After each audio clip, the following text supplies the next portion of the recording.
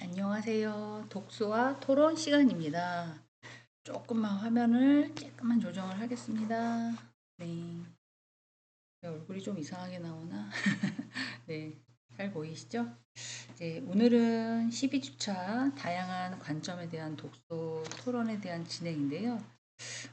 이 시각을 반영한 독서 토론 진행이 과연 뭔지, 또 다양한 시각이 뭔지 논리적으로 대화하거나 타협의 중요성 이런 것들을 조금 학습해 보려고 합니다. 또 이제 복잡한 문제가 있죠. 그런 문제를 다각적인 시각에서 약간 분석을 하고 뭐 이거를 바탕으로 합리적인 어떤 토론을 수행하는 그런 능력을 강화하려고 그런 목표를 가지고 이번 장을 만들었습니다. 네, 한 50분 동안 한번 시작해 보겠습니다. 자, 다양한 관점의 토론 진행이라고 되어 있는데요. 그러면 의미가 뭐냐라고 되면 다양한 시각이라고 하는 것은 각 개개인의 집단이나 또 자신의 어떤 경험, 가치관, 문화, 신념, 물론 그거에 따라서 다 생각하는 게 다르죠. 똑같은 말을 전달했는데 받아들이는 사람이 다르게 받아들이죠. 그런 거 많이 느끼셨죠? 네, 이상한 게 막 떠서. 그러다 보니까 왜 내 말을 못 알아들어? 막 이렇게 하시는 분들 계세요. 근데 이런 게 다 달라서 그래요. 내가 경험, 가치관, 문화, 신념 이런 게 좀 다르기 때문에 그러면 어떻게 해요? 저랑 친한 사람은 어떻게 해요? 내 말을 잘 들어주고 내 말을 잘 이해해 주는 사람. 아, 얘 정말 이렇구나라고 이렇게 인정해 주는 사람. 그런 사람들이에요. 저랑 친한 사람들은. 나랑 친한 제가 아니라 제 자신 각자 자신하고 누가 이렇게 코드가 잘 맞는 사람들은 그런 것들을 공감하고 같은 사고방식, 같은 가치관, 같은 신념 뭐 이런 거 비슷한 어떤 생활 패턴 이런 것들을 갖고 있는 사람이라고 보시면 돼요. 그러면 이런 다양한 관점을 인식하고 존중을 해야 되겠죠. 너는 왜 저렇게 생각해? 라고 비판하면 안 되겠죠. 그러면 이런 것들을 반영하는 것이 중요하다. 토론할 때 그렇다는 거예요. 그러면 왜 백분 토론이나 정치과의 토론 같은 거 해보면 약간 이제 비아냥거리는 것도 살짝 있어요. 있지만 이렇게 그렇게 생각하시는군요. 저는 이렇게 생각하는데 이건 어떻게 생각하십니까? 이런 거는 뭐 그렇지 않습니까? 뭐 이런 식으로 얘기를 해요. 그래서 특정한 주제에 대해서 다른 의견을 가진 사람들을 논리적으로 대화하는 방법 그리고 이해해야 되겠죠. 이해하려고 엄청나게 노력을 해야겠죠. 네, 이상하게 보면 더 안 되는 거잖아요. 이제 그런 거죠. 그러면 어떤 식으로 이해를 해야 되냐. 포괄적인 이해라는 단어가 나와요. 다양한 시각을 반영해서 특정 주제나 문제에 대해서 전체적으로 이제 깊이 이해를 하기를 원한다. 그러면 그런 방식들이 있느냐? 네, 그러면서 제안을 합니다. 다양한 관점을 통합시켜야 된다. 즉, 한 문제에 대해서 여러 사람이 각각 다른 배경과 경험과 이런 게 다 다르잖아요. 그러면 뭐가 달라요? 의견이 다를 수밖에 없습니다. 그래서 이런 것들을 합쳐서 통합적으로 이해해야 된다. 예를 들어서 지금 환경 문제 계속 나오고 있는데 환경 문제에 대해서 토론할 경우에 경제학자 입장에서 생각하는 거와 환경 운동가에서 입장에서 생각하는 거와 기업가 입장에서 생각하는 건 정말 다를 거예요. 그렇지 않겠습니까? 네. 경제학자는 거시적인 거, 국가나 국민이나 뭐 이런 걸 볼 거고, 환경 운동가는 온리 환경만 볼 거라는 거죠. 기업가는 어때요? 기업의 이익 창출만 신경 쓸 거라는 거예요. 그러면 그 다른 관점을 가진 사람들이 의견을 뭐 약간 제시를 하면 이렇다 저렇다 뭐 저 사람은 왜 저렇게 생각하나 이렇게 이상하게 볼 게 아니라 문제의 경제적 아니면 생태적 아니면 실무적 뭐 이런 것들을 다 고려해서 그럴 수도 있겠다. 이 사람 입장에서는 그렇게 생각할 수도 있겠다. 이 사람 입장에서는 그렇게 생각할 수 있겠다. 뭐 이런 거를 고려해야 된다는 거예요. 그래서 전체 그림을 좀 파악을 하고 다양한 관점을 수렴함으로써 문제의 한쪽 면만 바라보는 것이 아니라 문제의 전체를 이해해야 된다. 약간 그래서 이렇게 다양한 관점의 뭐는 포괄적으로 넓은 의미에서 이해를 해야 된다. 라고 가야 된다는 거죠. 근데 여기에 이해관계가 소속됐거나 내가 이해를 함에 있어서 내가 손해를 본다든가 약간 요러면 얘기가 또 달라지는 거죠. 그렇지 그렇지 않겠습니까? 근데 이제 그런 거가 있다 하더라도 그래 좀 손해 보지 뭐 이렇게 마음을 좀 비워야 된다는 거죠. 이 문제를 해결하기 위해서는 이제 한층 더 깊은 이제 넓은 접근이 필요한데요. 뭐 예를 들어서 교육 혁신에 대해서 토론에 대한 학생과 교사와 부모와 정책 입안자 이런 사람들이 모여서 다각면을 고려해서 교육의 혁신에 대해서 그럼 어떻게 됐으면 좋겠습니까? 막 얘기한다면 정책의 다양한 이해관계자가 어떤 영향을 미치는지도 또 이해를 해야 되는 거죠. 이렇게 함으로써 부모님은 어떻게 역할을 해야 돼? 사교육비가 더 들어가나? 듣게 적게 들어가나? 공부하는 학생들은 폭이 넓어지나? 폭이 좁아지나? 그럼 한 분야만 해도 되나? 뭐 이런 거잖아요. 교사는 애들이 벌써 선행학습을 하고 오는데 우리는 뭘 어떻게 해야 되나? 뭐 이런 거를 하는 거잖아요. 정책 위반자 같으면 이렇게 되면 조금 더 우수한 사람들을 더 잘 뽑을 수 있어. 뭐 이런 형태로 이제 고려를 해야 된다는 거죠. 그래서 서로를 좀 이해하고 공감하고 뭐 이렇게 해서 다양한 토론을 각각 참여자가 서로 자기 입장을 조금 더 이렇게 자연스럽게 얘기를 하면 문제를 해결하기 위한 본질을 좀 파악을 해서 공감을 이끌어낼 수 있어야 된다는 거죠. 그 사람이 너무 좋아. 그러면 뭐 후광후과라고 해서 그 사람의 주변의 모든 것들이 다 좋아 보이잖아요. 근데 이제 사람이 미워. 그러면 뭐 하나 해도 자꾸 밉잖아요. 그러면 안 된다는 거죠. 사람이기 때문에 사실 저도 그렇게 될 수밖에 없거든요. 근데 안 그러려고 엄청나게 노력하고 뭐 이렇게 하는 편이에요. 그런데도 불구하고 안 되는 경향이 좀 있죠. 자, 창의적인 해결책, 이거는 서로 다른 관점들이 있잖아요. 학생이면 학생, 교사면 교사, 부모면 부모, 또는 경제학자는 경제학과, 환경가는 환경가, 또 이렇게, 또 뭐가 나왔죠? 뭐, 기업가면 기업가. 다 각자의 관점이 당연히 생겨날 수밖에 없어요. 왜냐하면 자기가 바라보는 시각이 달라서 그렇습니다. 생각, 신념 뭐 이렇게 표현을 하는데 내가 이렇게 하면 이렇게 될 거야 라는 그런 이런 아웃라인 목표를 갖고 있기 때문에 당연히 해결책이 다를 수밖에 없죠. 그러면 이런 여러 가지에 있는 해결책이 새로운 아이디어나 솔루션, 해결책이잖아요. 이런 것들이 도출하는 과정을 나타내는데요. 그러려면 어떻게 해야 되느냐. 문제가 뭔지를 조금 더 확실하게 짚고 넘어가야 돼요. 문제가 뭐였지? 환경 문제인가? 그러면 각각 환경 문제, 개인도 마찬가지. 이렇게 다각적인 시각이 결합되면 기존에 당연하게 여겼던 어떤 가정이나 틀 이런 것들을 조금 넘어설 수 있었다는 거죠. 그래서 뭐 청소하시는 분이 있는데 굳이 우리가 재활용을 이렇게 힘들게 이렇게까지 해야 되나? 이건 아닌 것 같은데 저 사람 하는 일이 없잖아. 뭐 이렇게 받아들이면 또 안 된다는 거죠. 예를 들어서 이제 환경 문제라고 한다면 집에 개인적으로 각각의 뭐 재활용이라고 얘기한다면 그런 의식을 가지면 안 된다는 거예요. 자, 문제를 재정의한다라는 거에 예를 한번 들어보겠습니다. 문제를 재정의한다. 기술적 문제를 해결할 때 기술자뿐만 아니라 디자이너, 또 사용하는 관점, 그리고 함께 고려하고 그 기존의 기술적인 어떤 해결책을 넘어선 새로운 것들을 접근하고 발견해야 된다라고 되어 있어요. 혹시 여러분들 홈쇼핑에서 뭐 이렇게 막 사시나요? 네, 구매 많이 하시죠? 그러면 그 판매자, 홈쇼핑 판매자들은 그 제품을 써보고 만져보고 채용해보고 뭐 느껴보고 뭐 다 하고 나서 설명을 하는 거예요. 내가 이 제품에서 완벽하게 안 다음에 후라이팬을 하나 판다. 프라이팬을 지져보고 볶아보고 막 때려도 보고 불에서 막 달궈도 보고 계란도 뭐 삶아보고 튀겨보고 별짓 다 한 다음에 이렇게 했더니 어떻다.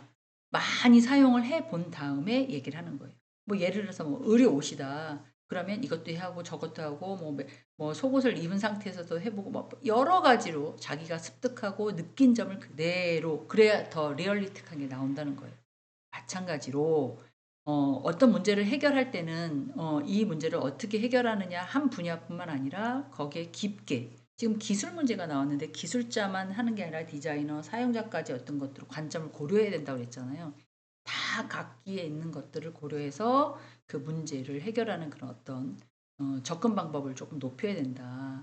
그러면 이제 혁신적인 접근 방법, 이건 다른 관점을 만났을 때 이전을 고려해서 우리는 이제 사용했던 사람들을 막 했는데 배경이나 경험을 가진 사람이 아니면 전통적으로 역사적으로 아니면 미래적으로 이랬을 것이다. 뭐 이런 사람들이 나타났어요.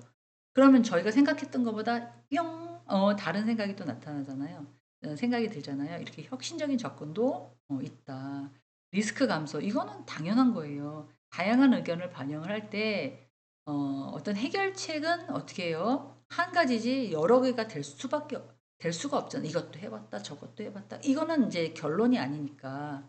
그러면 여러 가지 시나리오를 검토를 해서 그중에서 다양한 것들을 다 고려해서 '이게 가장 실용적일 거야. 가장 쓸모 있어.' 이런 것들을 하나 딱 초이스할 수밖에 없는 거죠. 그래서 이런 것들이 실행 가능한 해결책을 찾을 수가 있다. 뭐 리스크 감소. 자, 갈등의 완화라고 하는데요. 이 갈등의 완화는 토론을 통해서 상대방의 입장을 이해해야 돼요. 내 말을 이해를 못하고 내 말을 알아듣지 못하고 또 내 말을 들어주지 않고 내 의견을 무시한다고 생각을 한다면 어때요? 안 좋지, 기분이.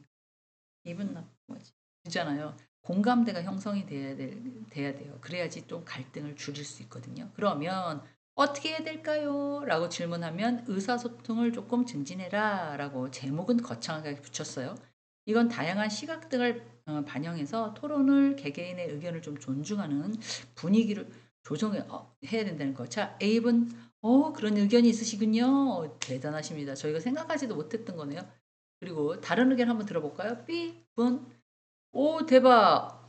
저런 것도 있었군요. A분하고 또 다른 의견인데요. 와 정말 뭐 이런 식으로 분위기나 의견을 존중해서 그 사람이 얘기하는 것들을 깔아뭉개지 않고 비판하지 않고 당신의 의견도 정말 좋은 의견이다. 이런 식으로 약간 분위기를 조성해야 되고요. 이런 갈등의 상황에서 상대방의 의견을 더 잘 이해할 수 있도록 받아들여야 된다는 거죠. 그리고 이런 것도 통해서 갈등이 약간 고조화되기 전에 갈등이 안 되면 어떻게 해요? 사람은 특히 가족 간의 갈등은 그래 말어? 한 번 아니면 또 안 보잖아요. 풀리기 되게 어렵거든요. 고조되기 전에 서로 간의 차이를 조절하는 것들이 의사소통의 증진이다. 네가 뭘 알아? 내가 지금 여기서 몇 년째인데 20년째인데 지금 막 와가지고 막 안다고 그런 식으로 얘기해. 뭐 이렇게 얘기할 수 있거든요. 그렇게 반응하면 절대 안 된다는 거죠. 자, 공감대 형성, 이 토론 과정에서 서로 간의 입장을 좀 들어야 된다고 했잖아요. 그러면 듣고 넘어가는 게 아니라 이해도 해야 될 뿐만 아니라 서로 간에 약간 신뢰도 쌓아야 된다는 거예요. 이는 갈등 상황에서 중요한 역할이기도 한데요. 상대방의 입장을 고려해서 합리적인 타협을 이끌어낼 수 있도록 공감대를 형성해야 된다. 분위기도 그렇게 만들어야 되겠지만 상대방의 입장을 내가 생각하지 못한 걸 또 생각하네. 생각하고 있다 하더라도 그걸 전문 용어로 뭐라 그러죠? lip service라고 얘기하잖아요. 그쵸? 예쁘게 얘기를 해서 나쁠 게 하나도 아무것도 없습니다. 사실. 그죠? 왜 사람이 인간이 만물의 영장이겠어요. 모든 걸 참아내고 인내하고 사실 저도 잘 못해요. 못하지만 하려고 엄청나게 노력을 하거든요. 그런데도 불구하고 안 되는 게 있죠. 그러면 사람이니까 이렇게 했다가 자꾸 정상으로 왔다가 또 쓰러졌다가 막 이러는 거잖아요. 어. 자, 협력의 강화. 이거는 갈등이 발생할 때 내 다각적인 시각을 반영해서 토론의 공동의 목표를 찾는 데 조금 도움이 된다. 이끌어서 약간 의견을 조율해서 우리가 맨 처음에 목표를 세우고 있었던 그런 이제 목표를 달성하기 위해서. 그래서 첫 번째 무슨 토론인지 정의를 해라. 무슨 문제 해결인지 정의를 해라. 이런 얘기가 있었잖아요. 뭐 이렇듯이 협력의 길을 찾을 수가 있다는 거죠. 그래서 이걸 통해서 갈등을 해결하고 상호 협력에 촉진하는 데 중요한 역할을 한다라고 되어 있어요. 그래서 지금 이렇게 말씀드렸던 모든 것들이 뭘 하기 위함이에요? 포괄적인 이해. 하나 나랑 친한 사람의 이해. 쟤 나랑 안 친하니까 배제. 이게 아니라 전체적으로 포괄적으로 좀 이해하기 위해서는 창의적인 해결책, 갈등의 완화 이런 모든 다양한 시각을 반영해서 토론을 토론에서 얻을 수 있는 중요한 이점이라고 보시면 될 것 같아요. 그러면 이런 것들을 통해서 개인과 집단이 좀 더 효율적으로 문제를 해결하고 협력할 수 있는 그런 능력을 키울 수 있게끔 그런 스킬을 조금 다룬다라고 보시면 될 것 같습니다. 자, 이제는 방법론인데요. 그러면 어떤 식으로 토론을 할 때 어떻게 해야 되느냐. 우리가 다 알고 있는 것들이에요. 근데 이제 글로 써서 읽고 남의 말하는 걸 들으면 알고 있는 건데 뭐 이럴 수 있다는 거죠. 어떻게 하면 상대를 존중하고 신뢰 있고 뭐 공감을 형성하고 뭐 포괄적인 이해를 할 수 있느냐 듣는 거죠. 됐고요.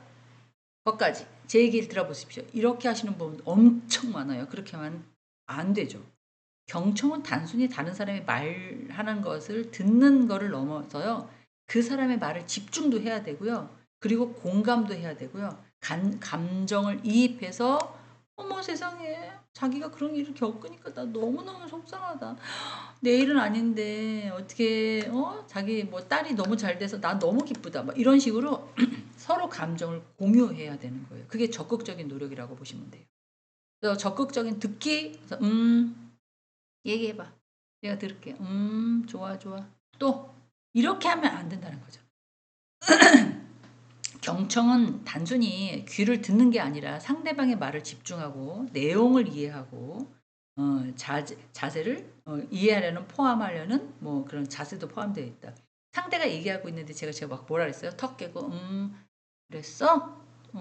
그랬구나. 이러면 얘기할 맛 나요? 안 나잖아요. 같이 이렇게 눈을 마주보고 대박.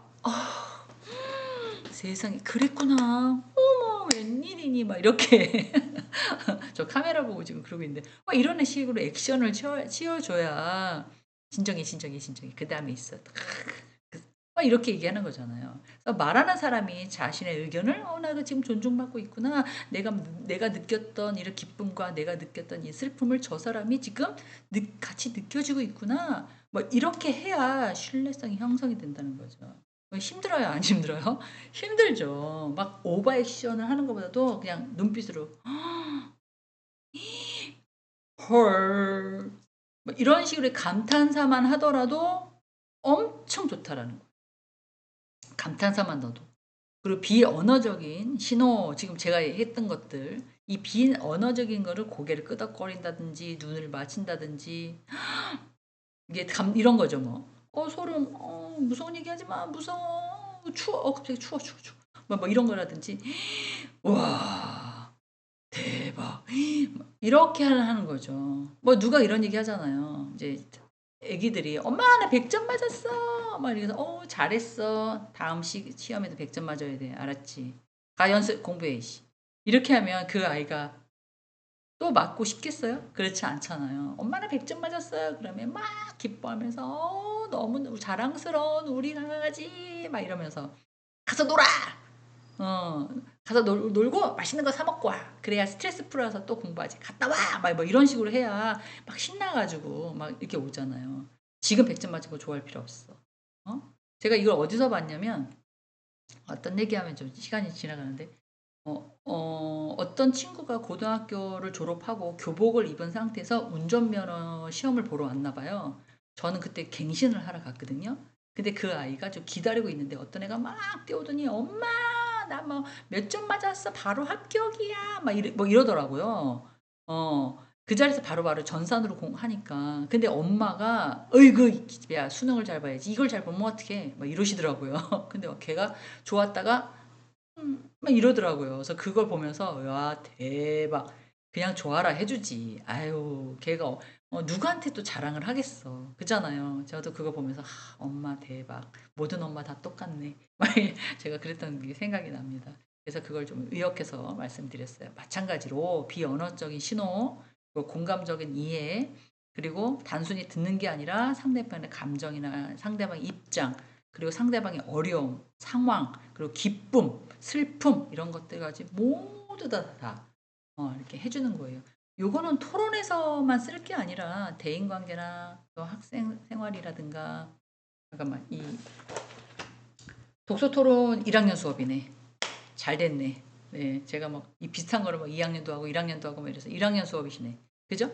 그러면 이제 아직 2학기 시대잖아요. 3학기, 4학기가 나왔으니까 뭐 이렇게 주변 사람들한테 특히 가족들한테 뭔가를 했을 때 이렇게 막 근데 또 이런 얘기 들으셨다고 어줍지 않게 가셔가지고 슬픈 일 있니 아들? 저한테 나한테 엄마한테 얘기하렴 아빠한테 얘기해보렴 또 이렇게 하지 마시고요. 네, 그거를 원하는 게 아니고 약간 그렇게 상대방의 얘기를 하면 이렇게 비언어적인 신호와 공감적인 이해 이런 방식으로 반응을 해줘라. 그것이 상대가 '아 존중받고 있구나. 내 입장에 대해서 저분이 나를 인정하고 있구나.' 이런 태도인 거죠. 그렇게 하시면 좋을 것 같습니다. 자 내려가겠습니다. 다양성에 대한 인정. 이 존중은 다양한 관점에 대한 배경을 가진 사람들이 각자 다 경험들이 다르시잖아요. 그래서 의견을 만들어서 이제 내면 그걸 다 포함해서 문제 해결하는 데 도움을 되는 그런 어떤 시발점이라고 되시면 돼요. 경험을 안 하신 분도 계시겠죠. 하지만 경험하신 분들이 있으면 "이런 일에 대해서 어떻게 해결하셨어요? 어떻게 넘어가셨어요?" 그래서 성인학습자들 지금 뭐 한 결혼 생활 30 년, 35 년, 40 년, 50년 이렇게 하신 분도 계시거든요. 그런 분들 보면 되게 막 진짜 존중스러워요. 야 이게 살아가는 게 쉽지 않은데 어떻게 그런 역경을 다 겪으시고 애들 다 결혼시키시고 애들 다 공부 다 잘 시키시고 어떻게 비유 맞춰 가시면서 그렇게 하셨을까? 되게 존중스럽습니다. 어 그래서 이제 아마 이렇게 하지는 않았을까? 다양한 의견 같은 걸 들어 주시고 관점에 대해서 또 이해해 주시고 감정을 절제하시고 화가 나는 걸 "일 들어가. 감정 들어가." 막 이렇게 하셨을 것 같아요. 이성 간에서도 그렇고. 그래서 이제 상대방의 의견을 감정적으로 반응할 수밖에 없죠, 인간이기 때문에. 어떻게 안 됩니까? 그렇죠? 이성적으로 접근하는 게 중요하다. 강한 반대나 이런 게 나올 때는 좀 외면한다든가 논리적으로 분석을 통해서 대응한다든가 저는 약간 꽁한 스타일은 아니고요. 뭐라고 막 얘기하면 직접적으로 딱 얘기하고 그냥 탁 털어버리는 그런 스타일이에요. 그래서 스트레스가 별로 많이 없어요. 마음속에 막 갖고 있다가 되씹고 뭐 이런 스타일은 아니에요, 사실. 그래서 직선적이다 이런 얘기를 좀 들은 적도 없잖아 있어요. 근데 바로 얘기를 하는 것이 상대편도 도움이 되고 나한테도 도움이 되겠다. 근데 물론 관계 개선을 쭉 갈 거다, 가겠다라는 사람한테는 그렇게 하지만 한번 보고 안 볼 사람이다. 그러면 그냥 넘어가는 거죠. 그게 좋은 방법인지도 잘 모르겠지만 제 스타일과 성격은 약간 이제 직선적으로 얘기를 한다는 거에 대한 지적을 좀 많이 받았어요.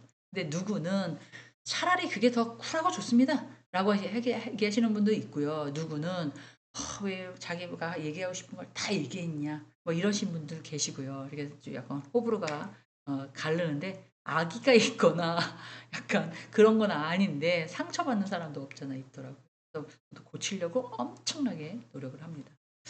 자, 평등한 대우, 상대방을 존중하거나 뭐 이러지 않으면 당연히 열등하게 보이지 않으면 '내가 대우를 받고 있구나. 대우를 받지 않구나.' 뭐 이런 걸 느끼잖아요.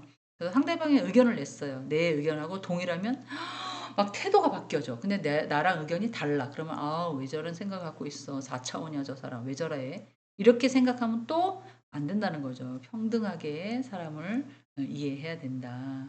질문도 마찬가지입니다. 상대방의 의견을 조금 더 명확하게 이해해야 되고요. 조금 더 깊이 있는 대화를 하기 위해서는 여러 가지에 대한 것들을 또 이해를 해야 되겠죠. 명확한 이해, 저 사람이 나한테 무엇을 얘기하고 있는지, 또 의견을 어떻게 전달하고 있는지, 상대방의 발언이나 불분명한 상태에서 이해하기 어려운 것도 있으면 "아 죄송한데 이 부분은 조금 더 자세하게 한 번만 더 설명해 주시면 감사하겠습니다." 뭐 이렇게 얘기를 해서 질문을 통해 논리적인 어떤 핵심을 파악할 수가 있어야 된다.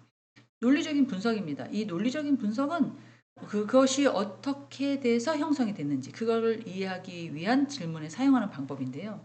논리의 약점을 발견을 해야 되고요. 조금 더 나아가서는 해결책을 좀 더 찾아야 되고요. 그리고 막 내가 뭔가를 주장하잖아요. 그럼 그거를 뒷받침할 수 있는 구체적인 사례. "누가 그랬더라. 그래서 그래." 라는 말은 될까요? 안 될까요? 토론에서는 안 된다 그랬어요. 근거를 제시를 해야 된다 그랬어요. 예를 들면 내가 얘기하고 있는 아까 환경 문제라면 환경관리공단에서 뭐 연구했던 거 아니면 국가정책에서 연구했던 거 뭐 기타 등등 이런 것들이 근거에 있는 것들을 제시해서 의견의 논리를 약간 그 사람의 의견을 약간 이제 다운시키는 그런 역할이라는 거죠. "누가 그랬어요. 어떤 사람이 그랬어요." 이런 것들은 별로 효과적이지 않다. 그래서 이런 걸 통해서 조금 더 약간 업그레이드된 대화나 어떤 토론을 하시려면 질문을 통해서 새로운 어떤 아이디어나 관점을 이끌고 대화를 더 충분히 만들 수 있고 이 문제에 대해서 이렇게는 안 되지만 이렇게 하시면 생각 아이디어 너무 좋다. 어쩜 그래? 어떻게 그런 생각을 가졌어? 우리가 생각의 폭이 왜 이렇게 넓어? 와, 내가 생각할 수 그러니까 사람은 대화를 해야 돼. 그러면서 약간 칭찬도 해주면서 자기가 바라보는 관점에서 상대가 미흡하다 하더라도 깔아뭉기거나 이렇게 하면 안 된다는 거죠. 그렇게 해서 조금 더 넓고 폭넓고 저분은 왜 대화가 잘 되거나 내 말을 잘 이해해 주시는 분은 어때요? 그러면 저분은 상당히 약간 엄마 같은 느낌이야. 언니 같은 느낌이야. 뭐 이런 거 있으셨잖아요. 60이든 70이든 말을 잘 이렇게 받아주시는 분. 그런 사람들이 있으시잖아요. 이제 그렇게 내가 돼야 되고 여러분도 되셔야 된다는 거죠. 자, 논리적인 대화와 타협에 대한 중요성에 대한 학습이라고 나오고 있습니다. 의미는 논리적인 대화, 그다음에 타협을 어떻게 하느냐, 타협이 뭐냐라는 걸 먼저 조금 더 파악을 하셔야겠죠. 논리적인 대화, 감정에 너무 치우치지 않고 이성적으로 체계적인 방식에 의해서 의견을 교환해야 된다. 사람이기 때문에 그렇게 하기는 조금 쉽지 않습니다. 근데 이제 이게 약간 공개적인 석상에서 토론하는 거에 대한 중점을 두는 거기 때문에 약간 너무 감정적으로 치우쳐도 안 되고요. 이성적으로 체계적으로 이제 방식에 의해서 의견을 교환해야 된다. 타협, 이거는 서로 다른 입장에서 이해관계자가 충돌할 때 상호의 양보를 통해서 합의점을 찾는 그런 과정이라고 보시면 좋을 것 같아요. 자, 중요성, 이거는 이제 문제 해결에 대한 능력을 향상하기 위해서 논리적인 대화를 통해서 문제를 핵심을 이해하고 효과적인 해결책을 도출하는 그런 능력을 키우는 것에 의미를 두고 있는데요. 문제의 본질을 먼저 파악을 하셔야 되는데 논리적인 대화의 문제를 감정적이나 어떤 평양적으로 한쪽 면만 이렇게 바라보고 그렇게 하면 안 되시고 이성적으로 체계적으로 좀 접근을 하셔야 된다. 그러니까 문제의 근본의 원인을 좀 파악하고 겉으로 드러난 어떤 증상, 현상 이런 게 있으면 문제의 핵심을 좀 집중해야 된다. 뭐 예를 들어서 조직 내에 어떤 갈등이 있다.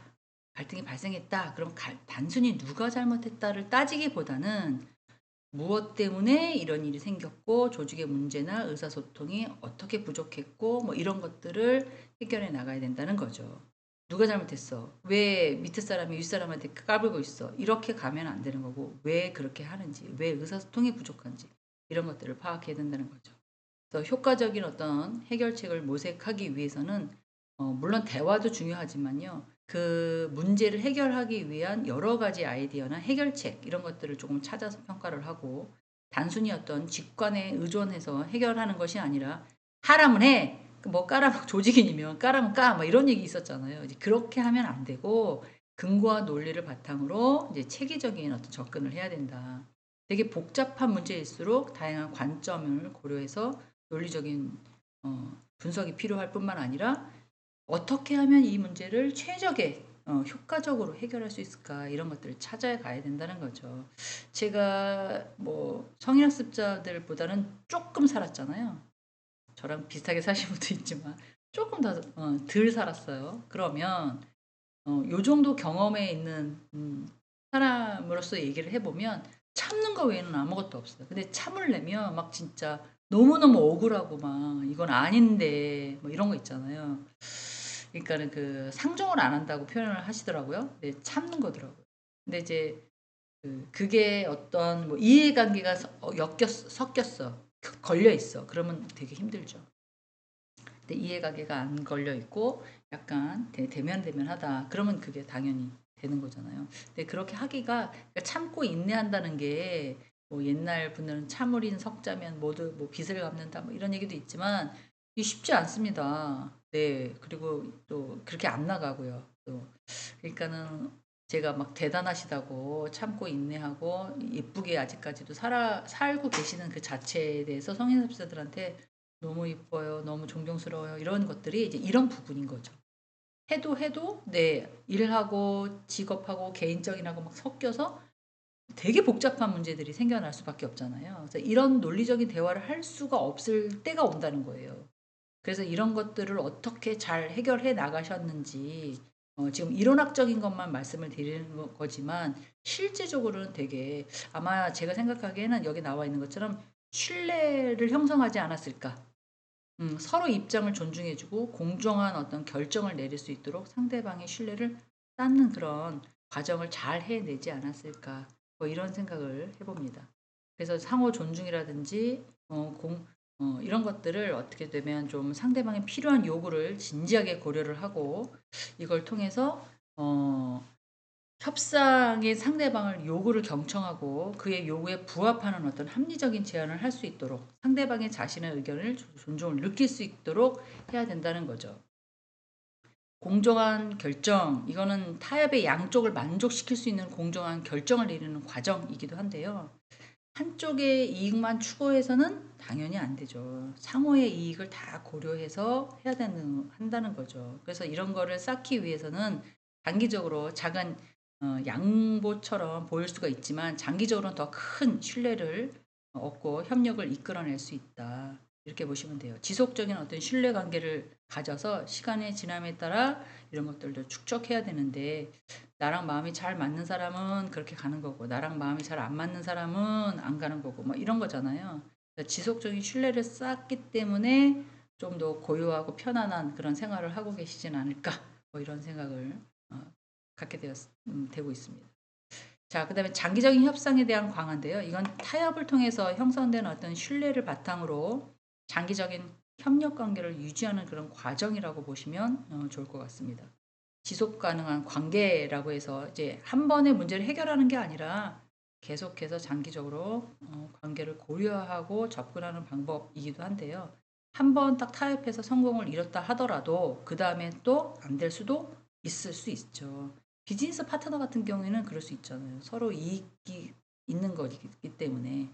그래서 발생하는 갈등을 성공적으로 좀 타협함으로써 이후에 좀 더 서로 신뢰성이 있고 협력을 하면서 좀 더 비즈니스 파트너니까 미래를 좀 예상할 수 있고 같이 뭔가를 해결해 나갈 수 있는 그런 형태로 이제 기반을 마련해야지만 이제 신뢰가 형성된다. 상호 이익의 극대화, 뭐 극대화까지는 아니래도 침범하면 안 되겠죠?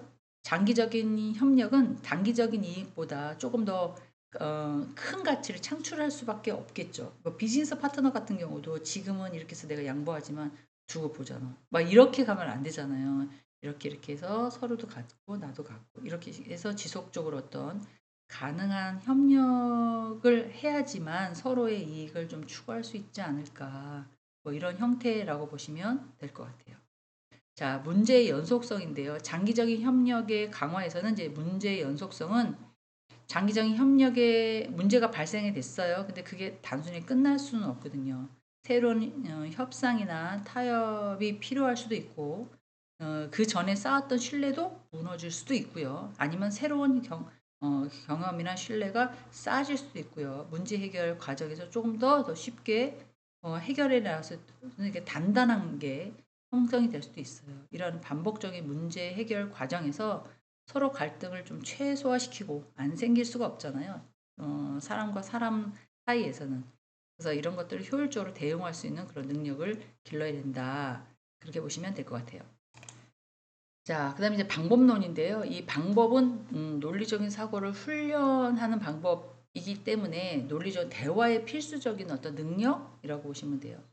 주장과 근거를 명확하게 논리적으로 얘기를 하고 오류를 좀 피해야 되고 필요한 사고의 과정을 강화하는 그런 훈련이라고 보시면 되는데요. 주장과 근거의 관계를 좀 명확하게 해야 되고요. 논리적인 사고에 대해서 주장이 단순히 어떤 의견을 제시하는 거에 그치지 않고 내가 어떤 주장을 하게 되면 거기에 뒷받침이 될 수 있는 어떤 근거까지 포함해서 상대편한테 얘기하는 게 좀 더 효과적이다.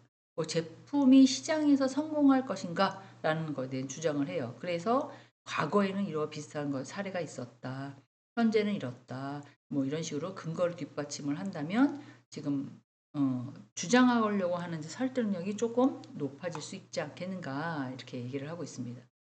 물론 논리적인 오류를 피해야 하는데요. 이런 논리적인 사고의 훈련은 흔히 어떤 발생하는 논리적인 오류가 생겨나요. 뭐 인간관계의 오류, 일반화의 오류, 흑백 논리의 오류 다양한 오류가 생겨날 수 있어요. 그러면 이런 것들을 인식하고 피하는 연습이 좀 중요한데요. X야 Y야 이렇게 딱 일반화 주장하는 것보다 사례로 모든 사례에 근거한 검토를 해서 논리적으로 오류를 좀 피해서 논리가 왜곡되지 않고 더 약간 확실한 어떤 결론을 도달할 수 있도록 오류를 좀 피하는 게 좋다고 얘기를 하고 있고요. 또 비판적인 사고는 이제 훈련이죠. 비판적인 사고를 통해서 약간 논리적인 사고를 좀 강화하는데 다른 사람들이 주장이나 자신이 갖고 있는 어떤 믿음, 그 다음에 이제 그런 것들을 주장 이런 것들을 분석해서 그것이 얼마나 타당한지를 평가하는 그런 능력에 기르는 것이 핵심이라고 보시면 돼요. 그래서 조금 더 이런 것들을 통해서 이런 비판적인 사고 이런 것들을 통해서 객관적으로 합리적인 어떤 판단을 내릴 수 있기 때문에 이제 비판적인 사고를 통해서 강화한다. 훈련이죠, 이것도. 그래서 이제 상호 존중의 태도도 있는데요. 이건 타협과 협력이라고 보시면 돼요. 자세죠. 상대방의 입장을 존중하고 서로 양보하고 뭐 이런 것들을 찾는 건데요. 관점을 인정하는 거죠. 넌 왜 그런 생각을 가져? 막 이렇게 하지 않고 그 사람이 갖고 있는 배경, 경험, 가치 다 이렇게 약간 포장하잖아요. 좋은 면만 보일 수 있게끔. 난 이래, 난 바보야, 나는 이런 면에서는 아주 그냥 젬뱅이야. 뭐 이렇게 오픈하는 사람은 정말 많이 않고 예쁘게 막 포장하잖아요. 그 일반적이기 때문에 그렇기 때문에 상대방의 의견이나 나와 다를 수 있다고 인정을 해야 될 뿐만 아니라 타당한 이유에 대해서도 노력을 하는 것이 중요하죠. 예를 들면 업무에 대한 어떤 의견 충돌이나 이런 것들이 발생했을 때 상대방의 경험과 관점을 통해서 존중하고 대화로 좀 이어지는 그런 형태로 보시면 될 것 같아요. 네. 중간중간에 제가 막 약간 끊을 수밖에 없는 상황이 있어서 좀 끊었습니다. 전화가 지금 막 많이 와서. 자, 이제 감정의 통제죠? 아니다. 양보의 미덕. 제가 그랬잖아요. 아무리 생각해봐도 참고 양보하는 수밖에 없다는. 상대방의 의견을 들어주고 타협하고 이런 것들은 내가 지는 거예요. 상대가 절대로 안 져요. 제가 지는 거예요. 그래서 이제 상대가 변하는 것보다 내가 변하는 게 빠르다 이런 얘기도 있었잖아요. 조금씩 양보하고 약간 그렇게 해야 된다. 감정적인 통제 엄청 어려워요. 상호의 존중을 위해서 감정을 좀 통제하고 이성에 대한 대화를 조금 집중해야 된다. 이를 통해서 상대방을 좀 배려하고 좀 더 나은 대화를 해야 된다. 이 감정의 통제는 글쎄 막 대화하다 보면 약간 경향되잖아요. 그리고 나랑 의견이 다른 것들을 막 얘기하려니까 또 약간 화가 나는 거잖아요. 그러니까 그렇게 될 수밖에 없는 상황이죠. 충분히 이해는 됩니다. 그러니까 혹시 주변에서 이런 일이 생기면 어느 쪽 편도 들지 마시고 중립적으로 똑같이 중재해서 이쪽 편이나 이쪽 편 이렇게 하셔야 된다는 거죠. 만약에 의견이 충돌되는 게 내가 일한다면 양보해야 되는 거예요. 그게 정답입니다. 자, 협상의 기술인데요. 이 협상은 어떤 타협이잖아요. 이익이 들어가 있으면 협상이 잘 안 되죠. 하지만 서로 간에 최대한의 어떤 고려를 해서 합리적인 어떤 수준에서 양보할 수 있도록 방법을 찾는 그런 능력을 조금 길러야 된다. 그렇게 말씀드리고 싶어요. 그러려면 맨 처음에 이제 준비와 연구라고 해서 협상이 중요한 단계이기도 하고요. 이런 것들 협상을 어떻게 잘 할지 이제 그런 것들을 철저히 준비를 해야 되는 그런 단계이긴 한데요.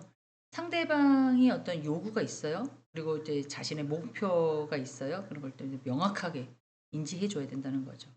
그래서 협상의 과정에서 예상되는 문제나 장애물 이런 것들이 있으면 미리 좀 고려를 해야 된다는 거예요. 예를 한번 들어볼게요. 협상하기 전에 상대편의 입장을 조금 더 잘 고려를 해야 되고요. 어떤 양보가 가능한지 미리 생각해 보는 것도 중요하다라고 얘기할 수 있다는 거죠. 그러면 이제 이게 솔직히 말이 이렇게 쉽지. 상대편의 요구와 내가 갖고 있는 목표 있는데 상대편도 그런데 어쩌라고 됐고 이렇게 해요. 뭐 이렇게 될 것이고요. 분명히. 또 상대편이 그렇게 나오니까 아니 당신이 나를 이해를 못했으니까 나도 안 돼. 이렇게 갈 거라는 거죠. 이 협상은 어떻게 보면 그 제가 또 이론학적으로 얘기하기 참 진짜 어려운데 상대편의 입장을 이해하고 어떻게 하려고 하는데 상대편은 전혀 입장을 고려하지 않고 자기 주장만 내세워요. 대부분 그렇거든요, 대화 자체가. 그러면 이게 정상적인 어떤 협상이 될 수가 없습니다. 그렇지만 이제 이론학적으로는 합리적인 수준에 이르기 위해 양보하는, 양보라고 얘기했죠. 이 방법밖에 없어요. 잉. 양보하는, 빨간색으로 이 양보, 예쁘게 적혀 있질 않은데 이 양보하는 것 수밖에는 없다고 저는 개인적으로 생각이 듭니다. 그러면 상호 이익을 추구한다라고, 협상이 단순히 이익을 쟁취하는 거라고 하지만 내가 원하는 대로 되는 거잖아요. 그러면 양쪽이 모두 만족할 수 있는 어떤 결과를 도출해야 되는데, 그죠? 그러면 상대편, 내가 양보하려면 내가 약간 손해보고 상대가 이익을 추구하는 그런 꼴이 될 수밖에 없어요. 그게 협상인 거예요. 왜? 상대는 전혀 고려하지 않으니까. 그래서 자신의 이익이 어떤 명확하게 표현을 하려고 한다면 상호 이익을 추구하는 어떤 협상은 장기적으로 관계를 유지하는데 좀 강화하는데 좀 필수적이다. 어, 이익 추구, 너도 만족, 나도 만족이라고 하면 너도 만족이 아니라 제 거는 없고 상대편이 어, 만족을 해야 별 문제가 안 생기는 게 지금 이 우리가 살고 있는 사회 현상이거든요. 그렇게 안 해주거든요, 당연히. 그러다 보면 어떻게 보면 내가 진 느낌? 지지 않으려고, 또 약간 이익을 손해보지 않으려고, 또 만족을 손해보지 않으려고 약간 도출하려고 하는 그런 목적 때문에 서로 트러블이 생길 수밖에 없는 거죠. 자, 유연성이라고 해서 협상 과정에서 유연성을 가지는 것이 중요합니다. 그쵸? 고집스럽게 이거는 어떻게 보면 아이들도 그렇지만 점점 더 많이 네 나이가 들면서 생겨날 수밖에 없죠. 고집스럽게 한 가지 입장만 고수하기보다는 상황에 따라서 유연하게 대처하는 그런 합의점을 찾는 것이 효과적일 수밖에 없다. 그러니까는 이렇게 약간 이론학적으로 막 상호의 이익 추구, 유연성 막 이런 거잖아요. 이런 적극적인 경청 뭐 이런 거잖아요. 이걸 싹 다 합쳐서 한 걸로 줄여라. 양보죠. 양보밖에 없습니다. 합의점을 찾으려면. 그래서 상황에 따라 유연하게 대체를 해야 되고요. 그것이 가장 효과적이다라고 얘기를 하고 있어요. 협상 중에서 상대방의 제안이나 자신의 원래 목표와 좀 다르더라도 그 제안의 이점을 좀 평가하고 유연하게 수용하는 그런 자세가 좀 필요하다라고 보시면 될 것 같아요. 자, 그 다음에 적극적인 경청, 이제 반복해서 비슷한 게 좀 나오는데요. 이거는 협상을 으그러뜨리지 않고 잘 이렇게 성공하려면 상대가 요구하는 어떤 감정들을 관심 있게 좀 들어야겠죠. 그리고 들어줘야 되잖아요, 웬만하면. 그래서 이것을 상대방이 실제로 원하는 게 과연 무엇인지 파악하고 조금 더 합의하게끔 해야 되는데 말이 안 통할까요? 통할까요? 네, 감정이 격해지면 말이 잘 안 통하죠. 그래서 효과적인 어떤 대응 전략을 세우는데 좀 도움이 될 수밖에 없고요. 경청을 통해서 신뢰를 쌓고 협상의 분위기를 긍정적으로 유지할 수밖에 없다. 그래서 이제 결론적으로 밑에가 나와 있는데요. 논리적인 사고를 훈련하려면 상호 간의 어떤 존중하는 태도, 협상하는 기술 이런 것들이 이제 밀접한 연관성이 있어야 되고 뿐만 아니라 효과적인 어떤 의사소통의 문제 해결과 협력에 대한 관계 이런 것들도 추구하는데 좀 중요한 역할을 할 수밖에 없죠. 그리고 논리적인 사고를 통해서 대화를 이성적으로 이끌고 상대방을 존중하며 협상의 기술을 통해서 상호 너도 나도 상대도 나도 뭐 이런 거잖아요. 서로 만족할 수 있게끔 결과를 도출하는 것이 협력적인 관계를 유지하는 데 발전적인 핵심이다. 이러한 기술과 태도를 이제 지속적으로 연습하는 수밖에 없습니다. 연습. 그래, 연습하고 발전시킨다면 다양한 상황에서 보다 성공적으로 토론이나 이런 것들을 할 수가 있다. 이렇게 되어 있어요. 같은 말이 반복인데요. 협상의 기술, 상호 존중 뭐 다 좋습니다. 상호의 논리적인 훈련, 자기적 협상. 잠시만요. 뒤로 조금만 내려서.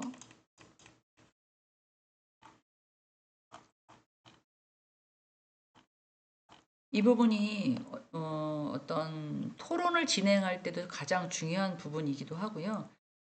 조금 더 포괄적으로 말씀을 드리면 이제 삶을 살아가면서 대인관계 할 때나 뭐 이런 것들에서도 조금 더 약간 도움이 되실 것 같아서 다시 한번 위로 올렸어요. 예, 삶을 살다 보면 각자 살아가는 그 살았던 그런 어떤 배경들이 다 다릅니다. 그쵸?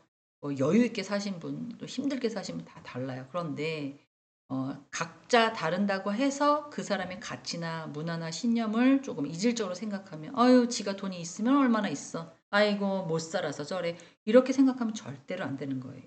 더 살면서 그러니까 그런 것들에 대한 존중 첫 번째. 그리고 상대가 내가 갖고 있던 어떤 그런 것들을 다 토론적인 거 말고도 있는 거 그대로 이렇게 오픈할 수 있도록 오픈을 안 한다 하더라도 조금 더 포괄적으로 상대를 이해할 수 있도록 이제 해야 된다는 거. 두 번째. 그리고 만약에 이제 갈등이 생겼어요. 그러면 어떻게 해야 돼요? 만약에 이 토론을 원만하게 합리적으로 이끌고 가고 싶다. 그러면 제가 져야죠. 제가 놔야죠. 무언가를 잡고 있는 것들에 대한 의견을 제가 갖고 있는 의견을 놔야죠. 놓고 상대편의 의견을 들어주면 갈등이 완화되는 거고 그리고 이렇게 해서 저 사람의 의견을 다시는 저 사람하고는 이건 아니다 싶으면 이제 일침을 놓을 수밖에 없는 거죠. 의사소통의 증진이라는 공감대 형성이라든지 약간 일침을 놓을 수밖에 없는 조목 그거 할 때도 감정을 섞이지 말고 조목조목 따져서 약간 해야 되는 게 그런 방법. 또 하나는 이제 이런 걸 하기 전에 상대편 의견을 무시하면 안 되고요. 상대편 의견에 약간 적극적으로 당연히 들어야 되고 요 부분. 상대편 의견을 들을 때 비언어적인 신호를 통해서 공감적인 것들을 이해해서 어떻게 해야 돼요? 키포인트. 이건 완전 아이고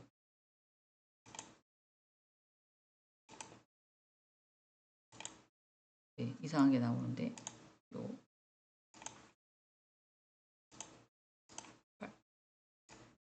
요 부분.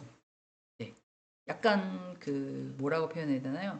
그냥 특별하게 뭐 어떤 말이 필요 없을 때 상대편의 말에 호응하고 싶은데 뭐 굳이 의견을 내고 싶지 않을 때 이럴 때 비언어적인 신호를 하시면 돼요. 뭐 그랬구나. 대박. 뭐 이런 거. 헐. 맞는 것 같아. 막 이러면서 이런 거 되게 많잖아요. 이런 것들을 조금 눈빛을 본다든지 그렇군요. 대박. 막 이렇게 약간 호응을 해준다든지 이런 것들은 대인관계를 하시는데도 가장 도움이 되실 것 같아요. 그러면 상대가 나의 의견을 듣고 있구나. 공감대가 우리 서로 하고 있구나. 뭐 이런 것들 어려움이나 기쁨이나 상황이나 그 사람의 감정이나 뭐 이런 것들을 조금 이해하고 있다고 보기 때문에 나쁘지 않다고 보시면 될 것 같아요. 이렇게 하면 이해합니다. 상대가 나를 좀 존중하고 있구나. 내가 감정을 어떻게 해야 되겠구나. 평등하게 대화를 우리가 하고 있구나. 뭐 이런 게 된다는 거죠. 그리고 뭐 이런 이해라든가 논리적인 분석 이런 것들은 대화하시면서 이제 연륜들이 계시니까 이제 스킬이 다 있을 거라고 보고요. 또 하나의 타협은 어떻게 보면 이 충돌이 있을 때 하는 거잖아요. 합의점을 찾는 거는 쉽지 않아요. 아까 얘기했던 거 동그라미 제가 했던 거 양보 외에는 없다고. 양보 외에는 없습니다. 그러면 상대는 이제 이해력에 딸리거나 뭐 이런 사람들은 내가 이겼지? 막 이제 이렇게 이해를 할 거라는 거죠. 이제 그런다 하더라도 미운 놈 떡 하나 더 준다. 뭐 이런 속담이 왜 생겼겠습니까? 그렇죠? 그러니까 문제 해결을 하고 싶으면 이제 양보를 통해서 상대편의 문제를 본질적으로 파악하는 것도 좋다. 라는 거고요. 또 하나는 조금 더 다시 한번 기술, 협상의 기술 뭐 이런 것. 여기에 나와 있는 것들은 뭐 나도 손해 보지 말아야 되고 상대도 손해 보지 말아야 되잖아요. 우리는 살면서 고집스러운 어떤 걸 가질 수밖에 없어요. 근데 그거를 이제 유연하게 가야 된다는 거죠. 삶이 얼마나 내가 어떤 목표와 먹고 자고 쓰고 이런 거보다 사람과 사람 간의 관계가 가장 쉽기도 하고 어려운 것 같아요. 제가 해보니까. 그래서 어떻게 보면 이런 토론의 기술을 오늘 말씀을 드렸지만 살아감에 있어서 사람과의 협상의 기술, 또 상대도 만족하고 나도 만족하고 서로 협력할 수 있는 그런 어떤 기술을 말씀드린 것 같아서 조금 한 번 더 다시 짚었습니다. 자, 이제 오늘은 다양한 관점에서 토론을 진행하는 것을 했는데요. 다음 시간에는 이제 창의적인 문제를 해결하는 독서, 뭐 이게 창의적인 사고다라고 한다면 조금 더 우리가 생각하지 못했던 어떤 그런 것들이잖아요. 이제 그런 것들을 한번 해보고 독서를 통해서 창의적인 문제를 해결하는 방안을 좀 모색하고 어떻게 적용해서 내가 갖고 있는 능력이 향상되는지 그런 거를 한번 준비하겠습니다. 13주차에는 14주차에 제가 기말고사 대응하는 프린트물을 받아야 되거든요. 그렇기 때문에 13주차에 미리 말씀을 드리도록 할 거예요. 지금 12주차인데 책을 읽고 요약점을 해갖고 오시는 거잖아요. 그래서 미리 준비하신 분이 계신다면 학과 사무실에다가 놓고 가셔도 좋을 것 같고요. 이메일로는 안 받겠습니다. 너무 제 이메일이 막 폭주가 돼가지고 조금 더 자세하게 다음 시간에 또 말씀을 드릴게요. 50분 동안 들으시느라고 고생하셨습니다. 감사합니다.